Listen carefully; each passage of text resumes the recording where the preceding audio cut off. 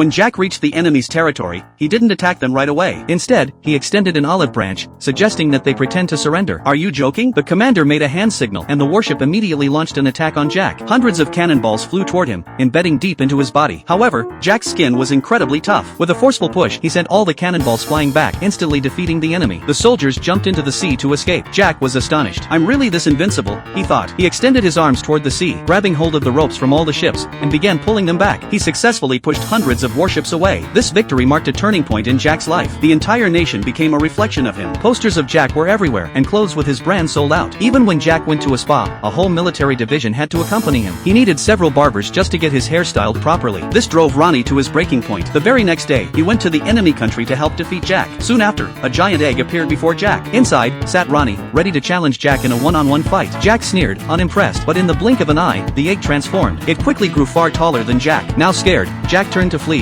only to be caught by his pants and lifted into the air by Ronnie. With that move, Jack started pleading for mercy and surrendered. This left the citizens deeply disappointed. Jack was then tied to a bed and taken to another small island. Upon arrival, he was immediately grabbed by a cop. When Jack opened his eyes again, he was in shock. He had been dressed in a princess gown. He had been transported to Giant Island, where he was transformed into a tiny person. A bottle was shoved into his throat, and Jack was reduced to a toy for children. If he misbehaved, this was the consequence. Jack, resigned to this fate, planned to spend the rest of his life like this. But then, the little people's assistant arrived with astonishing news. A woman, just like Jack, had been washed up on the shores of the tiny country. Jack was stunned. Isn't that Gwen, the girl I secretly liked? Motivated by the power of love, Jack regained his resolve. He strapped on a parachute and left Giant Island, ready to return with renewed determination.